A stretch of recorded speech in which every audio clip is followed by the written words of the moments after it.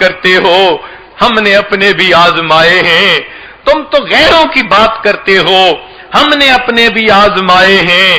لوگ کانٹوں سے بچ نکلتے ہیں, ہم نے پھولوں سے زخم کھائے ہیں. میرے آقا صلی اللہ علیہ وسلم خواب کے اندر غم زدہ حالت میں ہیں کہ مجھے غم ہے اپنی امت کی وجہ سے. جو کلمہ پڑھنے والے صبح اٹھتے ہیں, چہرے سے سنت کو ہٹا کر اس کو گٹر کے اندر ڈال دیتے ہیں. کھانے کی سنت کا اہتمام نہیں, پینے کی سنت کا اہتمام نہیں. گھر کے اندر 10 روپے کا اگر کوئی بلب ٹوٹ جائے تو ماں بچے کے تھپڑ لگا دیتی ہے. وہی بچہ میری سنت کو توڑ دیتا ہے. ماں کے سر پہ جوں نہیں رینگتی, وہ ٹس سے مس نہیں ہوتا, باپ اس کا کوئی نوٹس نہیں لیتا.